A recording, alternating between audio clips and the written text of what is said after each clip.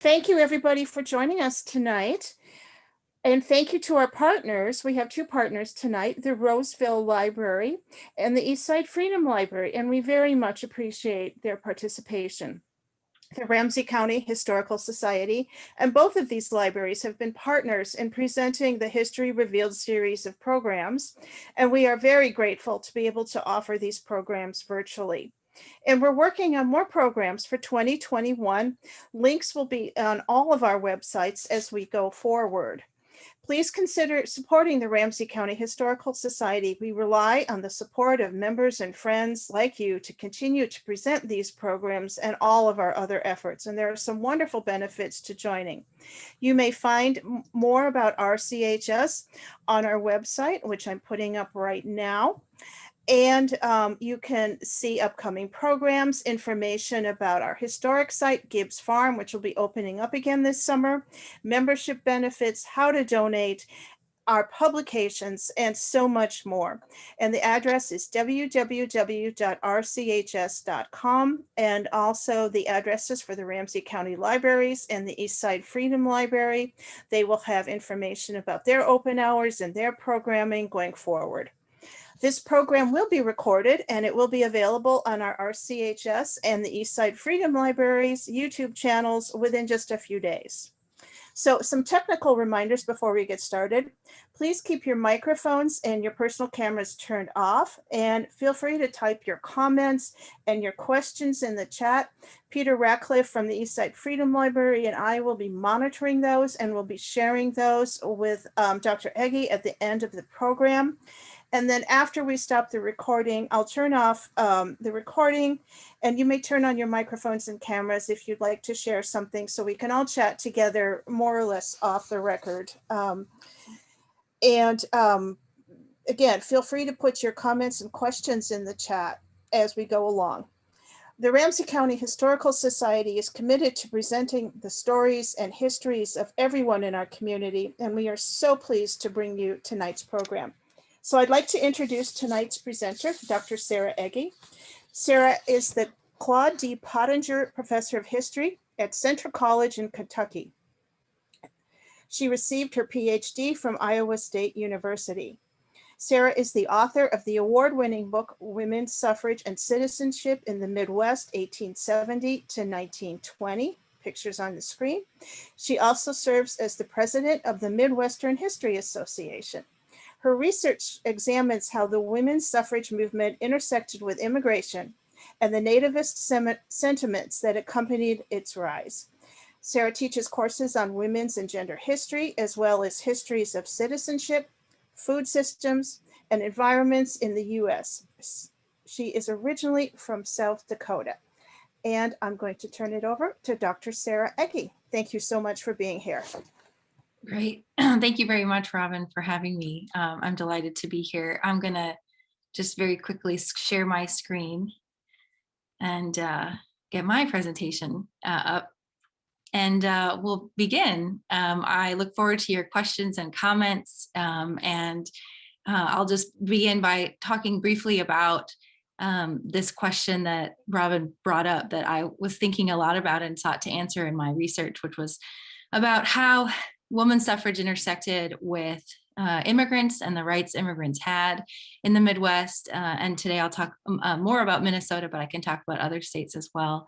And thinking about how citizenship, the status itself, the sort of legal questions about it, but then also the customs and the cultures around citizenship, how those changed and what the meanings were at this time. And really women's suffrage allowed me to really grapple with a lot of these significant questions.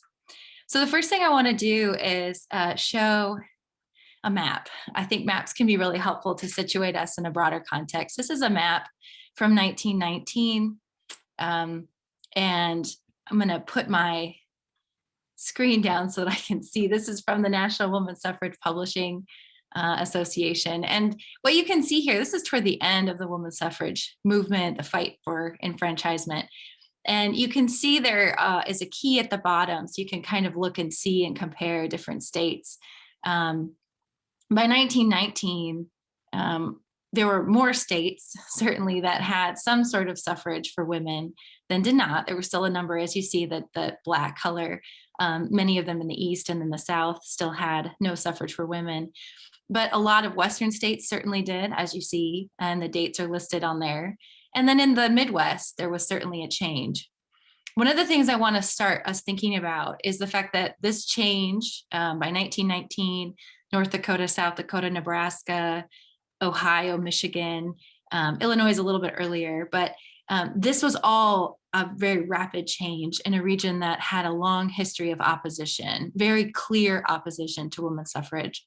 So when we think about the timeline, a lot of the greatest changes in favorability of women's suffrage happened in a very short a period of time, especially considering that women's suffrage in the Midwest and in Minnesota spanned over 5 decades. It was a very long fight for enfranchisement. So the final tip really was something that happened fairly rapidly when we put it into that context.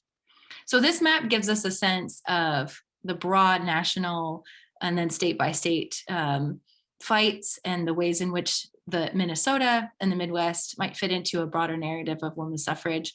I also think it's important to also remind ourselves that there is a national organization that was started right after the Civil War.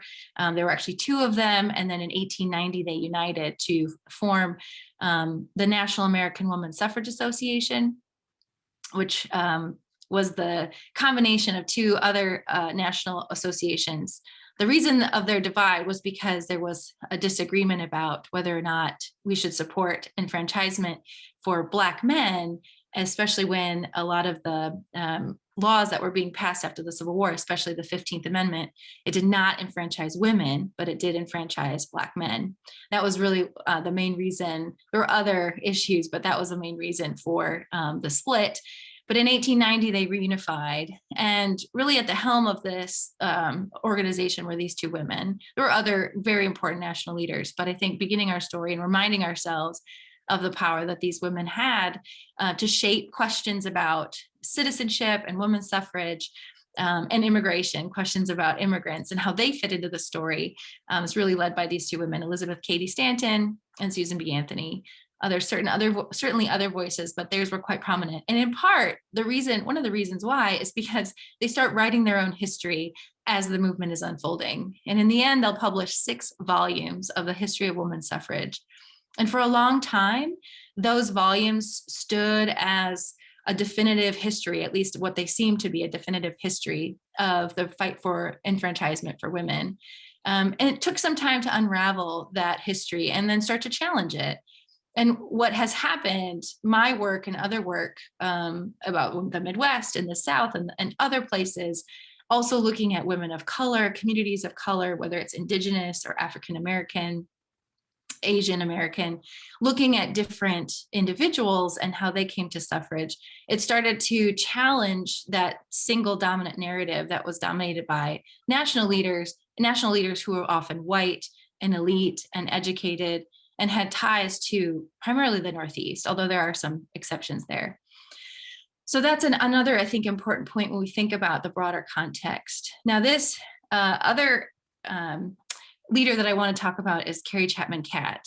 She is a native of the Midwest. She's born in Wisconsin and she grows up in Iowa. She does join the National American Women's Suffrage Association, or what we say is NASA, and begins in the late 19th century advocating and organizing for the organization. And then by the early 20th century, she will become the president, sort of the handpicked successor of Susan B. Anthony. And while she has Midwestern roots, she very much sees herself and works within the national organization. She moves to the East and she sort of directs the organization in the same or similar ways that her predecessors had. And once again, a lot of the ideas that Cat and others have they're thinking at least that they're passing them down to women across the country, trying to create a cohesive movement. But one of the things that my research and other research shows is that this movement was not necessarily always unified. There were certainly people who challenged the authority of Cat and others. There were disagreements about the best strategies. And what we'll see in the Midwest is there are a particular set of circumstances that local activists have to adapt to and think about, just as there were in other regions and other states. And one of the things that I think is really important, that we need to really understand women's suffrage in a state level or even a local level context to really understand it, and what it meant to people and how they thought about it.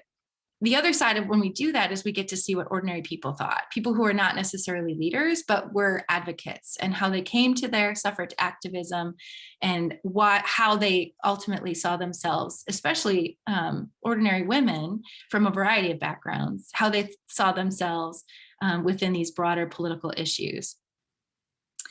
One of the things that we do see forming by the 1890s among NASA and national leaders is this question of fitness, of who should be voting.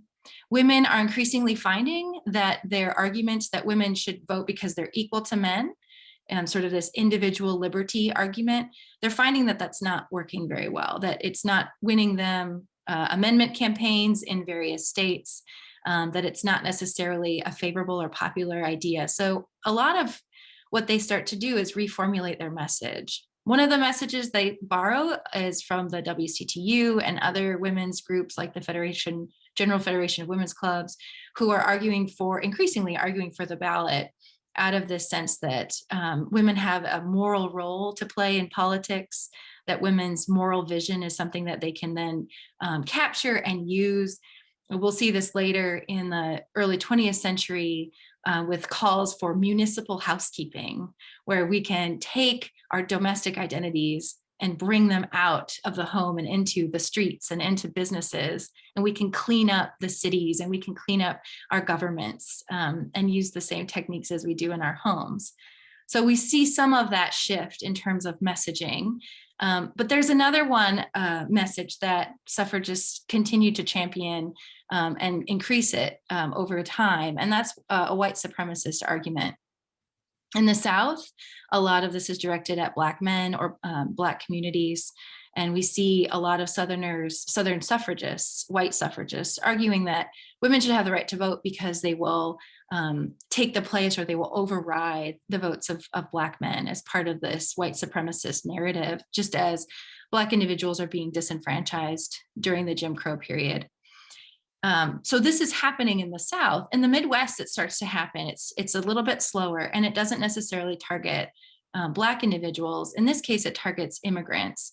And so this vision, thinking about nativism as a potent force in the women's suffrage movement, really challenges our way of thinking about, again, that intersection of women's suffrage and citizenship and immigration.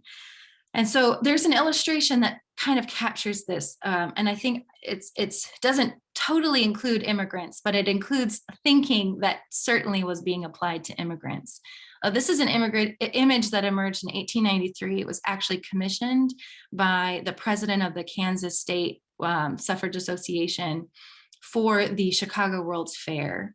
And the woman in the middle is Frances Willard. As you see in the caption, she's the president of the Women's Christian Temperance Union. And she's surrounded, as the title indicates, by her political peers. And the quote comes from the text at the bottom: idiots, convicts, the insane, and Indians. And the argument here is a pro-suffrage argument that is steeped in rhetoric about capacity to contribute as citizens. The idea here in this case is there are certain men, individuals, who are contributing with their votes to elections, and they do not have the capacity to do so. And there are women who are educated, who are elite, who are moral, who have this growing vision of using the ballot to protect the homes and make their communities safer and cleaner and more healthy, women like Frances Willard. And so they're using this argument here. Now, certainly we can see there is a racial component to this image, but this also goes deeper. White supremacy is much more broad. I think we often think about it in terms of race, which it certainly is, but it also filters into conversations about capacity And it also racializes particular ethnic groups or other groups, especially in terms of class. In the Midwest, it's not on the poster, but we certainly could include immigrants. And in particular, the group that increasingly becomes vilified are Germans. Germans are not necessarily considered white. Whiteness at the time, that standard was more often considered to be Anglo-American. And so Germans did not share that background. And so the argument was that they were unfit or that their participation was a problem. There's another point, and I was discussing this as people were coming into the meeting tonight. There's another point that also raises the stakes for suffragists at the time in the Midwest. In many Midwestern states, immigrants could vote before they became citizens. This is a policy called declarant suffrage or alien suffrage. And in states, it's a state-by-state rule. State constitutions would basically give immigrants the right to vote after 2 years of living in the United States. They would go to a court and they would take out what's called a declaration of intention. And the declaration of intention is unique to the United States. And with that declaration, the immigrant says, I intend to become a naturalized citizen after the full residency period is complete, which is a 5-year period, so 3 years after the 2 years to get the declaration of intention. That was a promise that they made. And with that promise, the state would give them the right to vote. And Minnesota was one of those states. Until 1898, it enfranchised non-citizen immigrants. So did Wisconsin, so did South Dakota, so did North Dakota for a time. So there are a lot of states surrounding Minnesota that practice this alien or declarant suffrage. And even when states had this provision and got rid of it, enforcing naturalization to complete the naturalization process was very difficult. Until 1906, this was a state and local court issue, which meant that there was no standardization.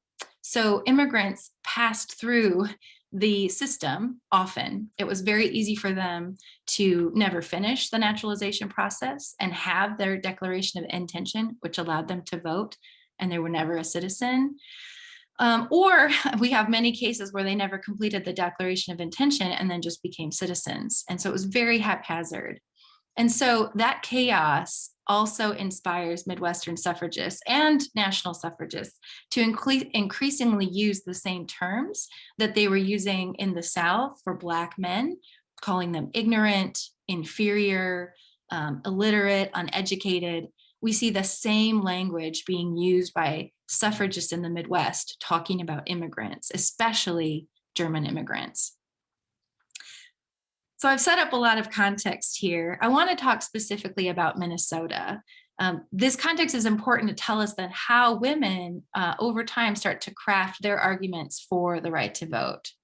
One of the first, there are many women at the beginning of Minnesota's history who worked diligently for women's suffrage, but one of the first is a woman named Sara Berger Stearns, and I've included the quote that went along with this image so you can get the caption as well as the image. Quite a striking individual, I think. She was one of the first advocates. Her husband was a judge. They moved to Minnesota Territory. She's originally from New York.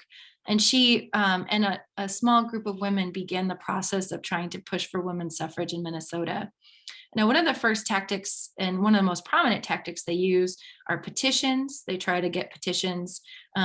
It's somewhat successful, but unfortunately, the Minnesota state legislature is very opposed to the radical cause of women's suffrage.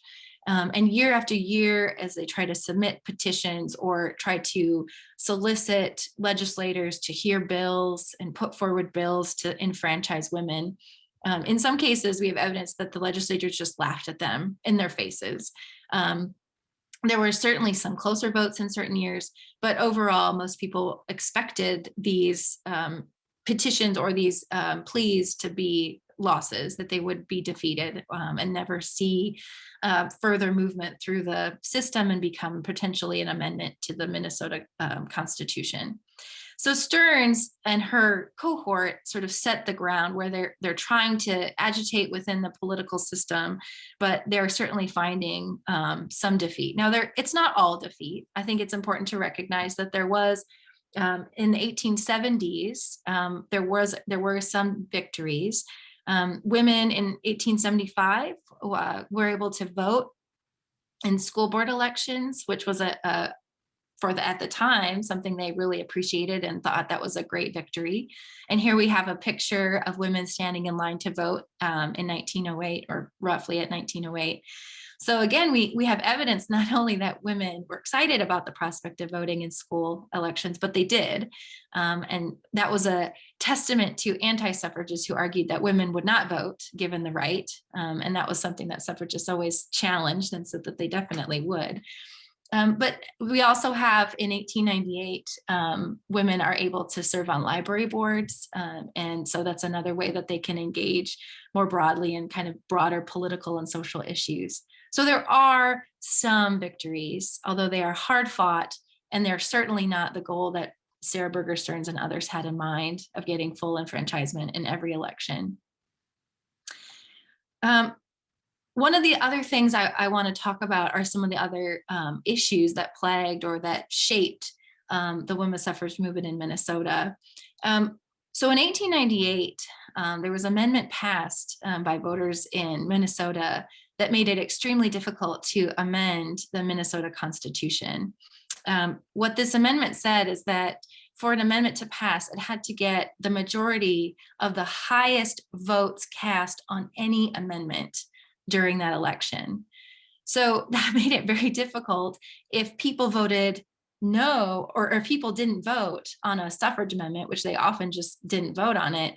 An absent ballot, a non-vote was a no vote. And so basically suffragists after 1898 realized that the strategy of trying to petition the legislature to put forward a bill to amend the Minnesota Constitution and give women the right to vote, that strategy was probably not going to work. There was a lot of agitation after 1898. Certainly women suffragists continued to work on these issues. But what that amendment does is it shapes, I think, some of the contours of the movement. In other states across the country and in the Midwest, you see the development of somewhat stronger, and over time they become stronger, state organizations. In South Dakota, the state organization grows stronger, especially it breaks away from its temperance organization in the early 1900s, and then it's able to gain strength. And you see this in Iowa and other places. But in Minnesota, this amendment issue sort of hamstrings the Minnesota Women's Suffrage Association, which had formed in the 1880s. It doesn't necessarily give them that sense of purpose that it does, or the strategy that it does in other places. The other side of this, though, is it does allow for a constellation of organizations to be created.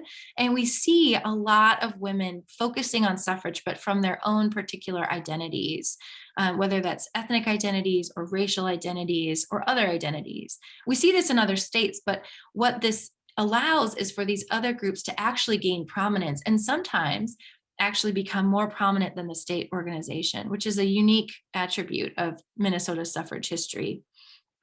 So one of these groups is led by this woman, Nellie Griswold Francis, and this is an image of her from 1924. She was the leader of the Every Woman's Suffrage Club in the cities. It's an African-American suffrage club. And what's really important to note is it became quite prominent. It was part of a broader organizing effort among African-American women, especially African-American club women, through the Minnesota Colored Women's Club Association. There was also a National Association of Colored Women's Clubs. So you see race certainly as a factor. This is not necessarily an integrated movement in any way. But you see the ability of these women, with the lack of a strong state organization, to really agitate for their communities. And Nellie Francis, as her biographers and as researchers have pointed out, there's a recent article about her in the Minnesota History Journal, which is really great, talks about how her activism really comes from her community. She doesn't necessarily call herself a suffragist, she is, but she talks about her activism as civil rights. It's broad and it's inclusive, and it's recognizing that her demand for suffrage comes out of her attention to the needs of her community, of the Black community in Minnesota and in the cities in particular. So I think it's a great example, reminding us that there are many different paths that people take to suffrage. In Minnesota, because of this unique context, we can really see those paths vibrantly expressed in the history of suffrage. Probably the woman who, if you've studied suffrage, you've probably run across her name, is Clara Euland. About 1915, she takes the helm of the Minnesota Women's Suffrage Association, which had, again, been working, but had largely been doing sort of behind the scenes agitation, had been doing a lot of organizing and connecting, but not necessarily drastic publicity generating actions.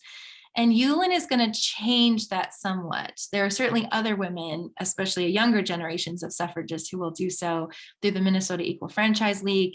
A number of young Minnesota suffragists will actually join with a suffragist named Alice Paul, who first joins NASA through the Congressional Union and then later forms her own party called the National Women's Party. That is very attractive to Minnesota women, especially young women, because they come from a state that had really not had a lot of significant suffrage activism. And by significant, I mean public demonstrations that agitated and demanded people to reckon with what they thought about this cause, and not just say, well, it's unpopular or it's never going to work, and actually start to rationalize themselves about what they truly believed about it. So Euland, when she takes the helm of the Minnesota Women's Suffrage Association, she does start to organize, like her counterparts in other states in the Midwest, and then certainly in the National American Women's Suffrage Association. Carrie Chapman Cat had been president in the early 20th century from about 1900 to 1904. She'll return as president of NASA in 1916, and she will work alongside women like Clara Euland to coordinate both a state-by-state campaign effort and also a national federal effort. So Euland develops a very similar style to Cat. She divides Minnesota into districts. She begins to connect with legislators in the state legislature, and she really starts to agitate and push. She gets suffrage speakers to travel the state. I follow one of them in one of the articles I've written, a woman by the name of Renee Stevens, who goes to Southwest Minnesota and agitates in counties that had never seen a real trained suffragist before. And so you can see momentum, you can see movement. Euland also helps plan a massive parade, the very first parade in the cities. It was a huge shift, really, when you think about, in the absence of activism or agitation in this public way, to a parade, and you see car caravans driving around in these areas that, again, had not had any real agitation. It's a huge shift. Along with Cat, Euland, eventually they try to secure, they are working towards some sort of amendment or some sort of bill that will enfranchise women. In the end, they settle on presidential suffrage. So that will give women in Minnesota the right to vote in presidential elections. It's not full enfranchisement, but it is something that does not require a statewide vote. And if you remember, the 1898 amendment had made that quite difficult. So this seemed attainable to Euland and the rest of the Minnesota Women's Suffrage Association. And so this is really exciting for Euland and others. They continue to agitate. She continues to work not only statewide, but there's also other groups that she's a part of that continue to agitate. Just as the Every Woman Suffrage Club with Nellie Francis at the helm was working for suffrage, it again within this context of race and the Black community. Here we see the Minnesota Political Equity Club, a photo of its members here. Another excellent example of a group of women agitating in their local communities, looking at specific issues that matter to them, whether it was temperance or school reform or sanitary conditions in factories or in food service industries. whatever the case was, they would build their activism out of these local clubs and then bridge over time with other clubs to create a much more expansive network. It complemented what Ulen was doing, dividing up Minnesota into districts. It was quite helpful to start to connect with local activists and build on their already existing work. I would like to contrast the Minnesota Equity Club, which was largely white, prominent women, well-to-do or members of well-to-do families, with another club that I study in Southwest Minnesota. This is the News and Art Club of a tiny town in Southwest Minnesota called the News and Art Club, Minneota. This is an image of them from 1918. They actually had a pageant, and this is an image of them as they were preparing for this pageant that they were going to put on. This is an example of what I was talking about, of women who already had organized themselves around particular causes. And when suffrage speakers came to town, they were ready to transform themselves into suffragists, or at least build in suffrage into their already existing activities. So the News and Art Club is a federated women's club. And it's very active in its community. In 1918, this is during World War I, they were the leaders in the American Red Cross. They were leading the Liberty Loan drives. These women were, they were at the helm of a lot of war mobilization efforts, but they were also meeting and chatting about what they thought about the right to vote and how they could use the right to vote to continue to better their communities. A lot of them saw the right to vote as a patriotic war effort, or part of the patriotic war effort. And the way they see this, and the way this ultimately starts to shape their ideas about citizenship, is that they increasingly are concerned about those German immigrants who had been sort of an issue, or at least people had sort of been keeping their eyes on them. As World War I unfolds and it becomes increasingly clear that the United States is going to join the war on the side of the Allies and fight against Germany, any German immigrants or German Americans who spoke in favor of Germany were increasingly considered suspect. Were they going to commit acts of espionage? Were they going to thwart the war effort in some way? And if you read newspapers during this time, you'll see there are just rumors and accusations running rampant. When the United States officially joins World War I, German immigrants are suspect number one, and they really have to prove themselves. It's not required, of course, but because of this patriotic questioning of their loyalty, they really have to prove themselves. They buy more than the quota for Liberty loans, for example, or they have to stand for the flag and show that they're true patriots and they don't have loyalties to their home countries. What's curious here is that these women are actually largely Norwegian, and they actually don't fit that profile. But one of the problems with World War I is this anti-immigrant sentiment. They don't necessarily distinguish among the various ethnic groups. So even though Germans receive the most vilification, Norwegian immigrants also faced persecution, or at least suspicion. So the News and Art Club, because it's comprised of a lot of Norwegian American women, they really have to walk a fine line. They are activated, they want to be suffragists, but they're also immigrants or the children of immigrants. And so they have to be very careful about how they act in this very tense moment. One of the ways they can do this, that they can show that they're patriots, or they can show that they're loyal, that they're not Germans at least, and they can support suffrage. It's actually a really great thing that Ulen and other suffragists create, is they call for clubs and associations to send resolutions to their constituent, or to their legislators, to show that the constituents want to have women's suffrage. And so the News and Art Club, along with 9 other organizations in tiny Lyon County, if you're thinking about Lyon County, it's Marshall is the county seat. This is not a hugely populated place. It's relatively remote.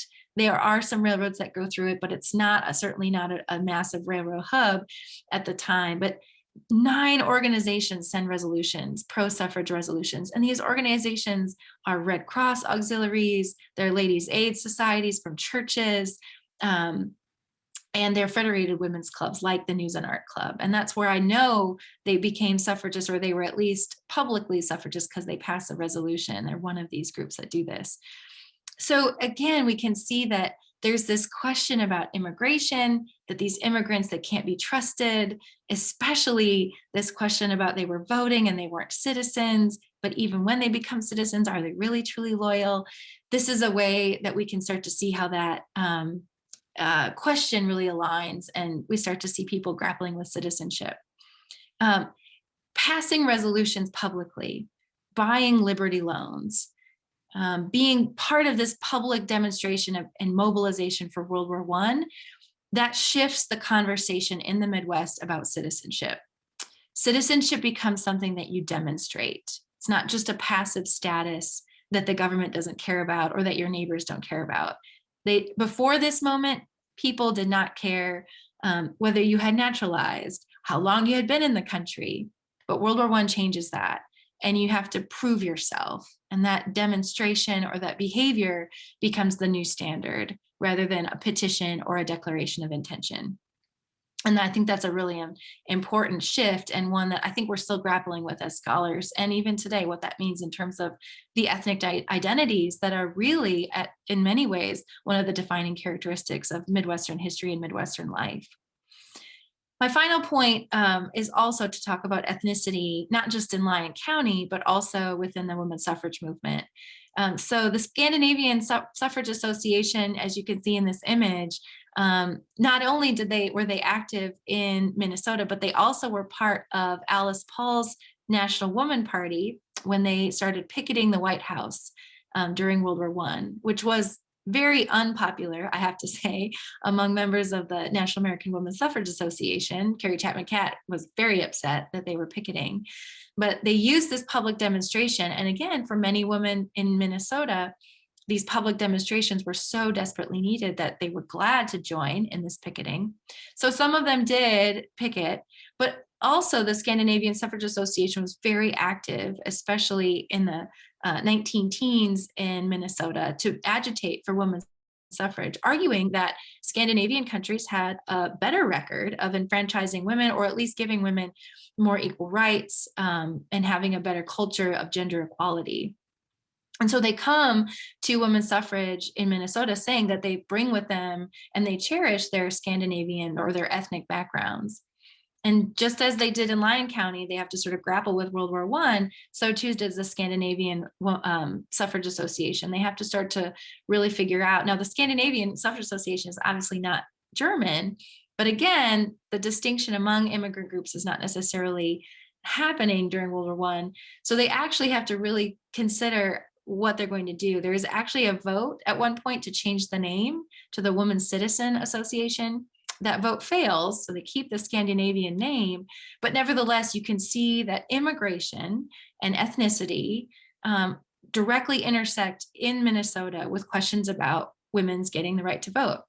And again, I think it raises really important questions to us about how we define citizenship, and in particular, when we can think about moments when people, the way in which they express their citizenship changes dramatically.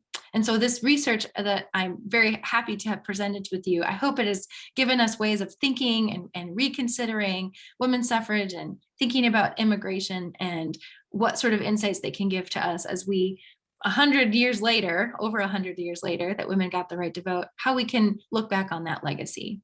So thank you very much for listening with me, and I'm going to stop screen sharing so I can see everyone. And I would love if anyone has any questions or comments. I am happy to answer any. So feel free to put your questions in the chat box, or there's also a button you can raise your hand, and I believe we can unmute you if you have a question or something that you want to share.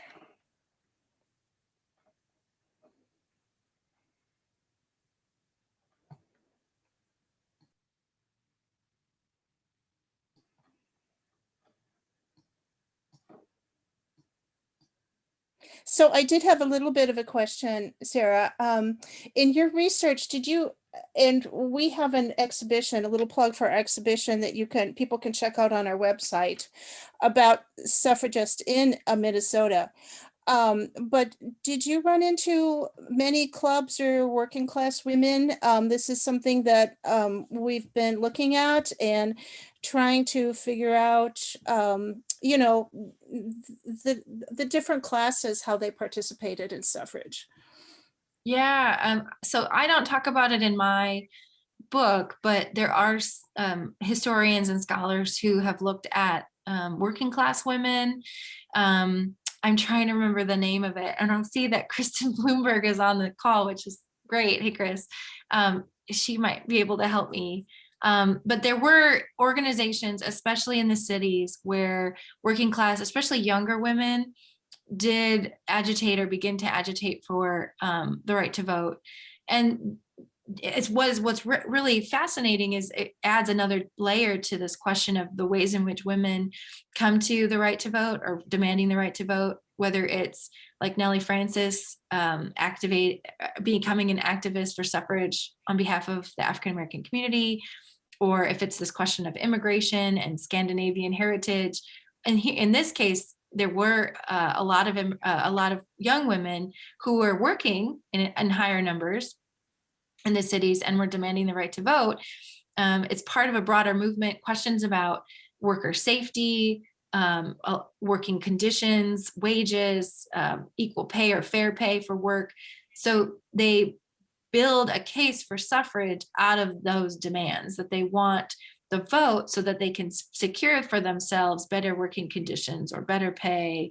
And so it is another layer. And I think there's an article in Minnesota history that talks about this in more depth. So I would, if anyone's interested in that, I think you could read up on that, and that it's a really important point. And like a lot of I'll just add, like a lot of the younger suffragists who came to suffrage toward the end, 1913, 14, 15, and beyond, a lot of them are much more interested in these pressing issues for themselves, but also in being more direct. And a lot of them will work either with the National Women's Party or with the, excuse me, the Minnesota Equal Franchise League, which is much more interested in direct public demonstrations and displays to really galvanize Minnesotans. And so we see a lot of those labor activists also in that kind of work. Great. Kristen, did you want to ask your question? Sure. Is my microphone working okay? It is. All right.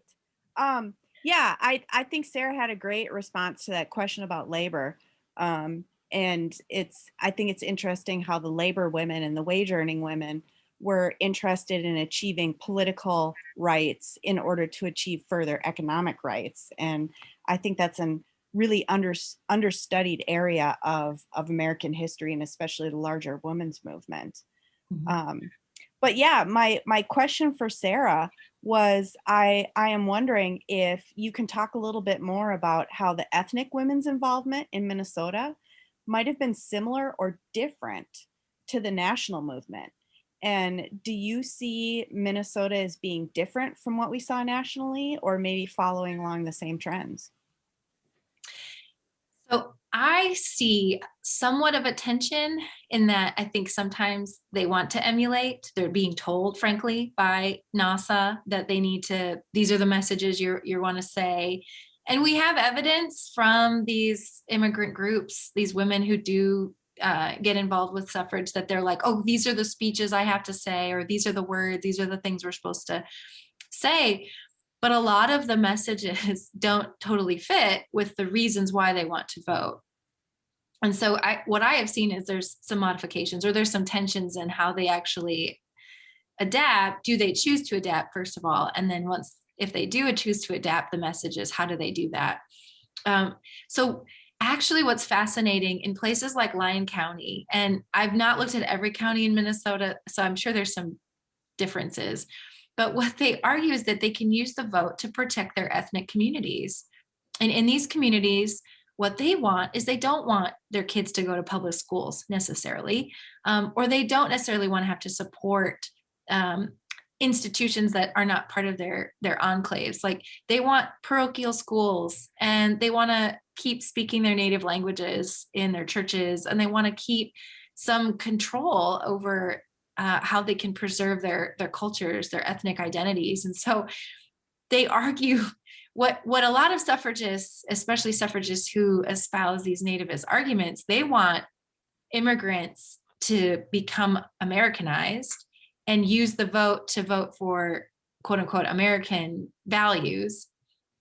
And the immigrants are going back to their communities to make a case for why they're, at this point, it would be immigrant men, why they should vote for women to get the right to vote. And they're saying, well, it'll help us because it'll allow us to now have power, and we can use our votes to preserve these ethnic communities and the institutions that we want, and prevent maybe other incursions of other forces into our community. So that I do think there is a tension there that national suffragists, but they don't necessarily know that this is happening.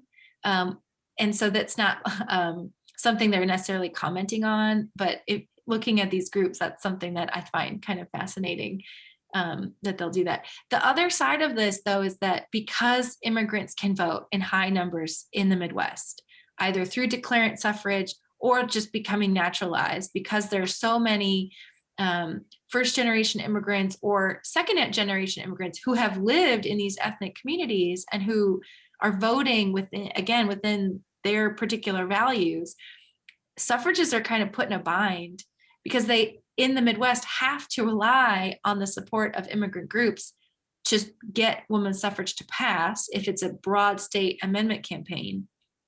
But they also don't trust them, especially Germans. So for a long time, suffragists at the national level don't know what to do with immigrants. We've got evidence of they totally denigrate them in their they say speeches about how these immigrants, it's unbearable that they have all this power. But then on the other hand, they're like, but they vote, and we can't ignore them either. And so we have evidence, for example, of them translating their suffrage propaganda into many different languages because they also know they need to reach them and at least try to convince them to support the right to vote. And it works, like the News and Art Club. You can convince immigrants to become suffragists, or they'll become suffragists because they see the value for their communities. So that, I think, is a really fascinating tension, that you both need and don't want the help of immigrants. So we have a question from Krista, and then we'll circle back to a couple of the other questions. Krista asks, excuse me, did you research derivative citizenship for women? The fact that women got their citizenship from their father or husband was so surprising to her when she found that out. How did that impact the women's suffrage history? And there was also a time when women lost their citizenship if they married an alien, and she's not sure when that policy ended. So if you can share what you know a little bit about that. That is one of my favorite. Thank you for asking this question, because it is such a fascinating period in history, and it says so much about gender and citizenship.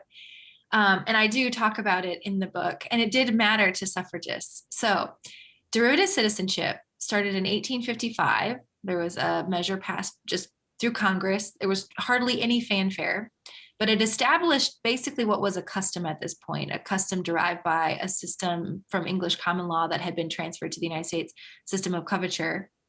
Basically what this system's derivative citizenship said is that a woman became a citizen through marriage.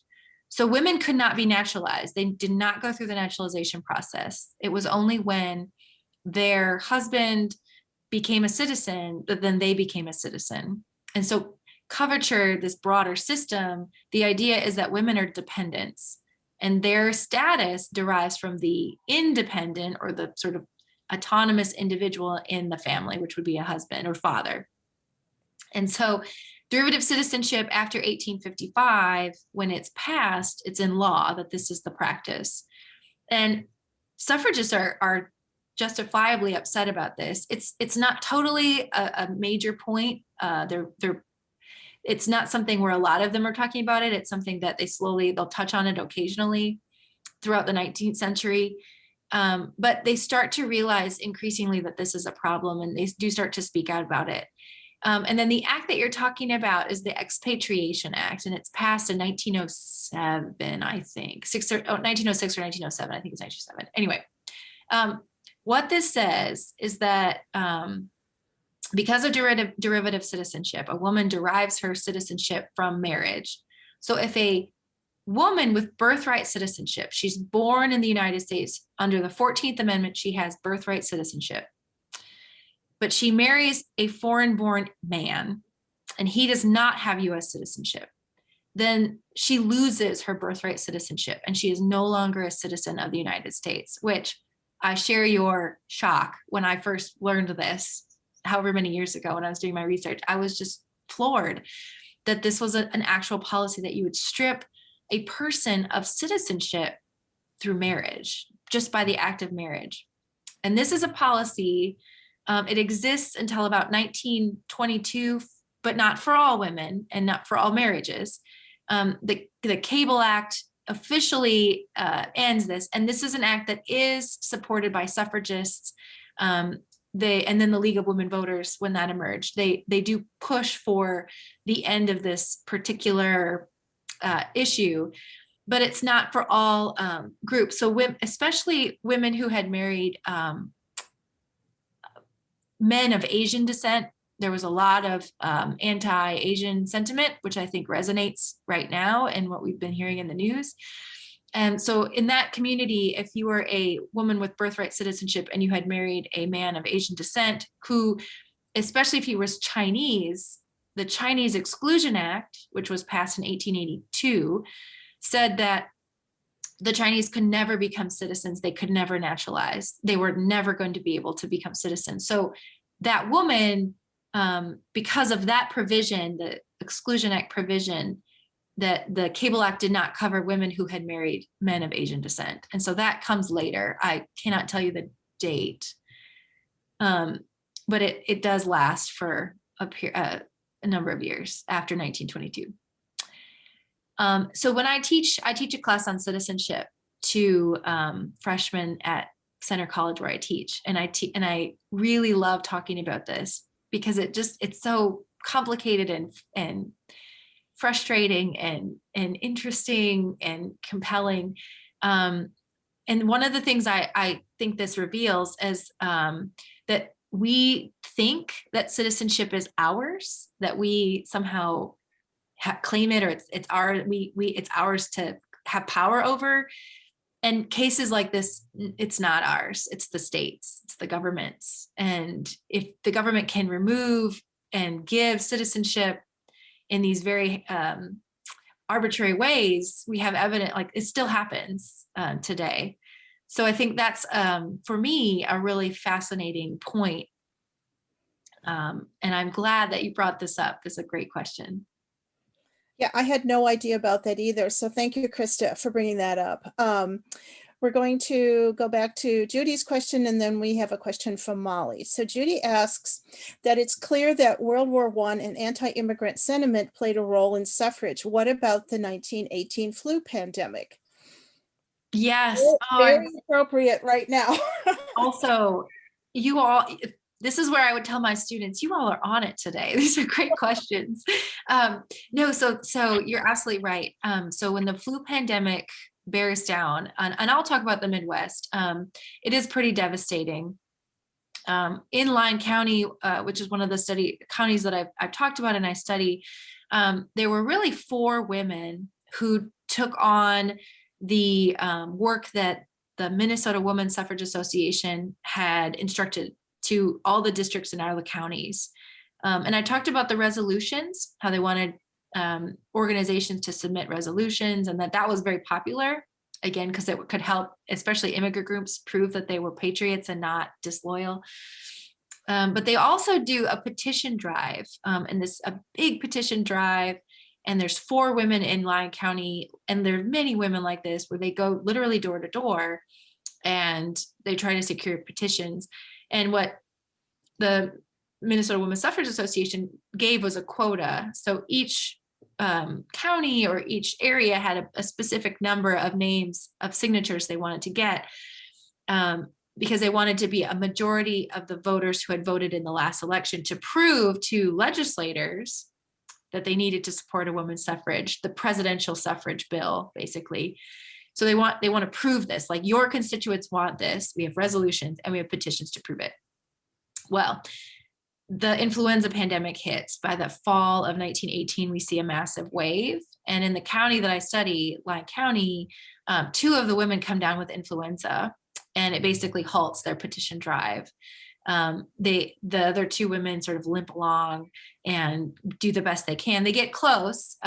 In terms of women's signatures, they are 1 short of their quota, but Clara Euland writes them back and tells them, you did great work anyway. But it's a testament to the difficulties that created. They also report, not only are they hamstrung by the flu themselves, but they say, well, there are a lot of places we can't go because they're in quarantine. So we want to get the signatures, but we can't have access to these communities or these households. Another state that I study is South Dakota. And there in 1918, they were having an amendment campaign, their 7th. This gives you a little perspective. In Minnesota, there were no amendments campaigns. In Iowa, there was 1. In Wisconsin, there was 1. But in Minnesota, there weren't. But in South Dakota, there were 7. And the 7th campaign was in 1918 during World War I, which is a very different context for how they fought for the right to vote.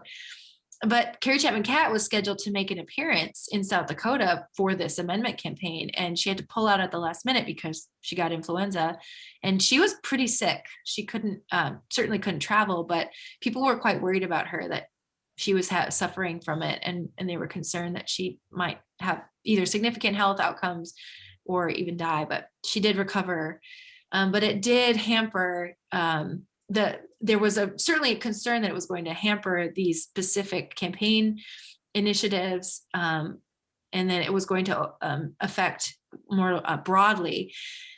I think in the end, the previous question, the anti-immigrant sentiment in the Midwest was so strong. It was so powerful that one of the pieces of evidence I like to sort of just to give a sense of this, of the first 15 states to ratify the 19th Amendment, just over half were in the Midwest. The very first state was Wisconsin, a state that had opposed women's suffrage, just like Minnesota had done for a really long time. So to me, that, to kind of circle it back, when we looked at that map, right, Minnesota, Wisconsin, South Dakota, these were all states that the National Suffrage Association had written off. They had said, do not spend your time in the Midwest because it's full of immigrants and they're never going to support women's suffrage.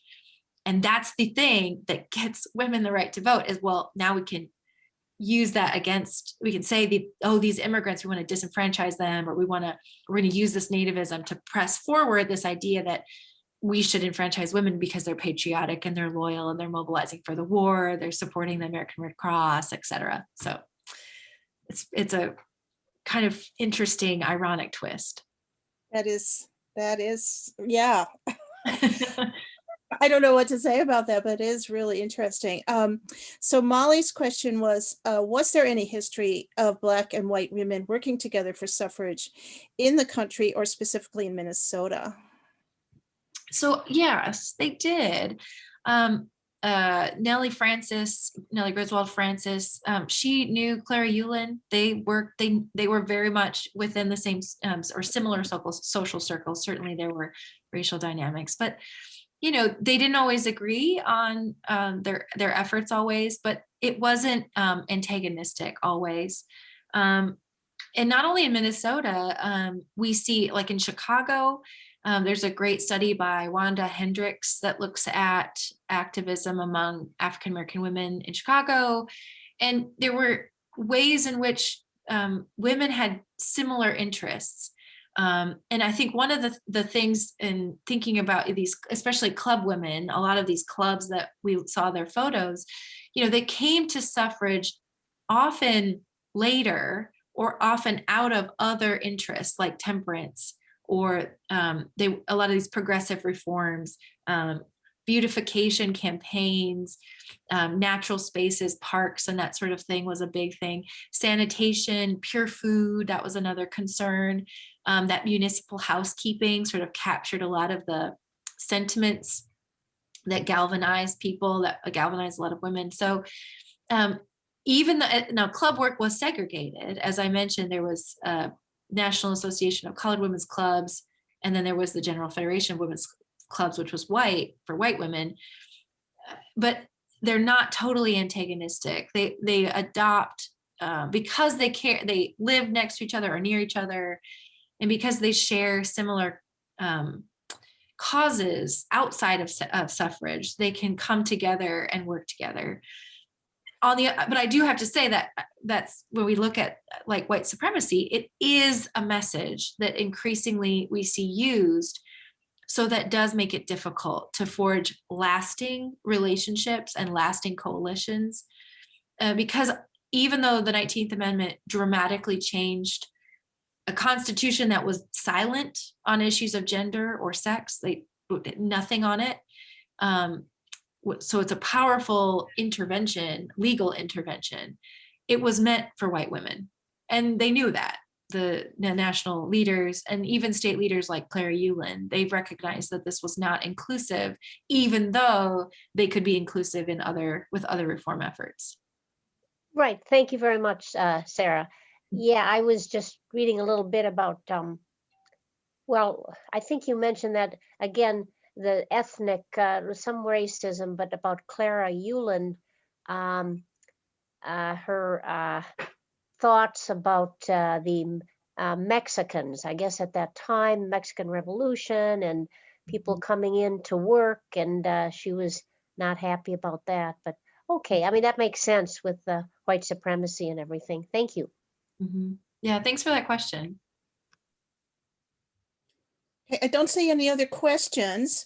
So thank you, Dr. Sara Egge. And I'm going to share a screen real quick.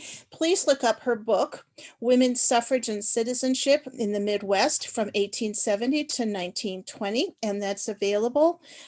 Who's the publisher again, Sarah? Remind me. It's the University of Iowa Press. Right, the University of Iowa Press. It's on their website, and it might be at Subtext Books, which is our partner in book sales for our History Revealed programs. And I want to give a little bit of a plug for our next program with the Eastside Freedom Library. Kim Heikkila will be coming and talking about her new book, Booth Girls, Pregnancy, Adoption, and the Secrets We Kept. We've had Kim talk before, and she's a wonderful speaker. And this is a story partly about her family and partly the history of the Booth Hospital in Minnesota. So join us for that one. And also please check out our website for our information on our Persistence exhibition. And there's a link there that will take you to the exhibition. We cover, we had some artists and some interesting information about Nellie Francis, Clara Euland, and other suffrage leaders.